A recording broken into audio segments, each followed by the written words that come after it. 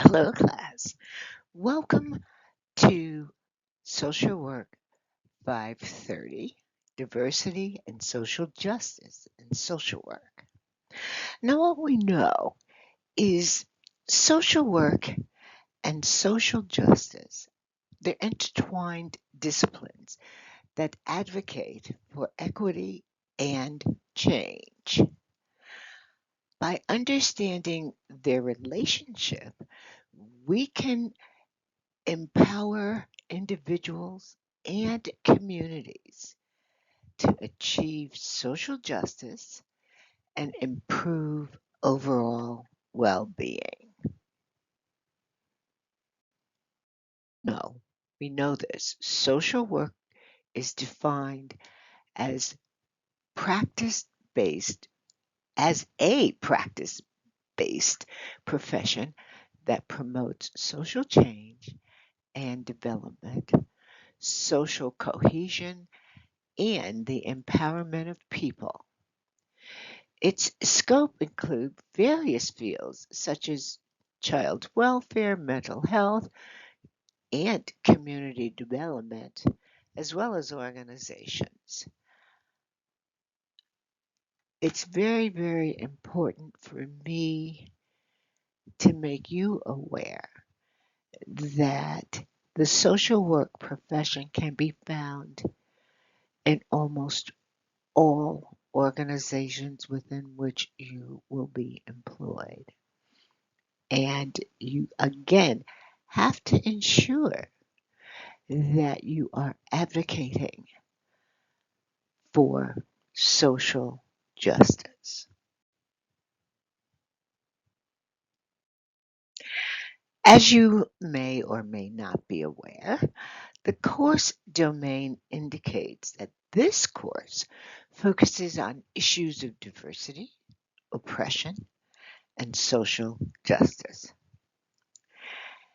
It is designed to prepare social work students, you, to be knowledgeable of people's biases based on race, ethnicity, culture, religion, age, sex, sexual orientation, social and economic status, political ideology, disability, and how all of these contribute to discrimination and oppression. Another part of this domain is that you will learn about diverse cultures, family structure, roles, immigration and assimilation experiences of marginalized groups.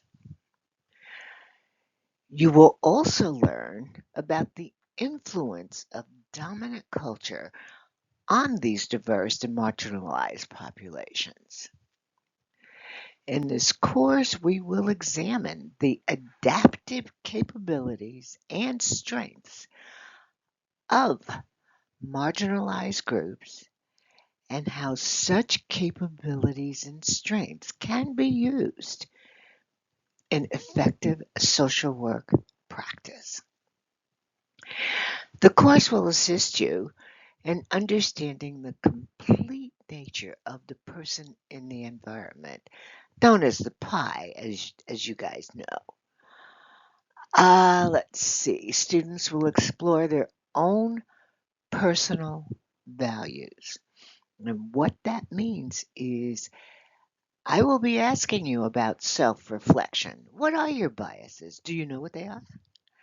And if so, put a pin in them because those biases can, they present in your behavior and they can actually prevent positive treatment intervention. So know who you are. And I am not here to tell you what your norms and your values are or should be, but I want you to set them aside so that we can work far more effectively with our clients. And Finally, this course utilizes systems and the ecological perspective, which is, of course, related to Bronfenbrenner's ecological perspective, and it provides a basis for analysis of the social and the physical environment as well as the political environment or the political reality of diverse populations. And at this point in time, we truly need to look at the political reality and the impact that it has on marginalized populations. But that is our course domain. And as you can see, I place Bloomberg's framework in this particular slide so you can review it.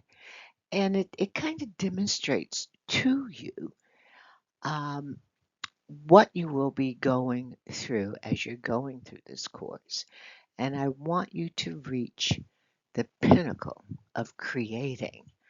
Perhaps you can create a policy that will really begin to address a lot of the issues that marginalized individuals face.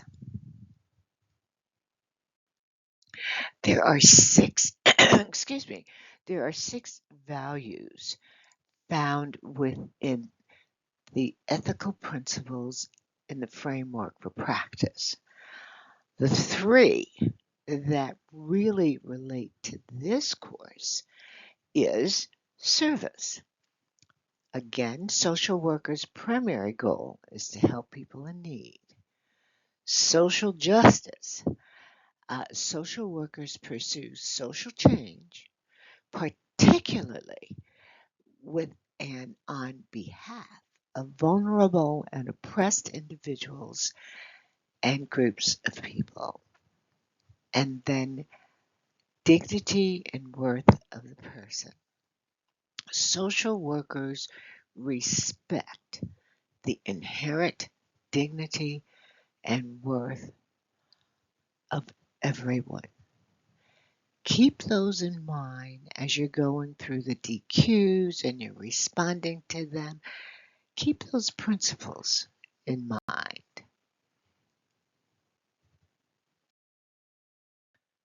Social justice is defined as the pursuit of a fair and equitable society. Its principles include equity, access, participation, and rights, which guide social work practices towards enhancing societal well-being.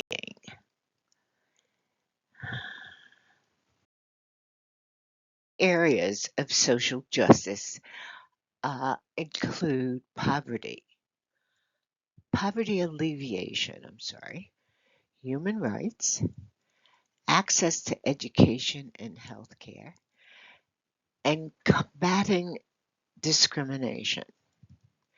Social workers play a crucial role in addressing these issues. I want to remind you that the norms and values of our culture are instilled in all of us and is mostly embedded in our subconscious. However, those norms and values are evident in our behavior every day. Therefore, you will hear me talk about self-reflection and who you are. What are your norms? How do you really feel about the marginalized population? What we know is that culture is the shared learning of a group, meaning us. It consists of behaviors, language, knowledge, and material objects. This shared learning is passed from one generation to the next. What we know is that culture is the distinctive way of life of a group. A culture constitutes a storehouse of the pooled learning of the group. So, to be human is to be cultured. There are two categories of culture. One is material and one is non-material. And material culture is what a person can engage with tangibly, something you can touch, taste, and feel. Non-material relates to norms and values. Think about it and ensure that you put a pin in your norms and values and work from the norms and values of the client.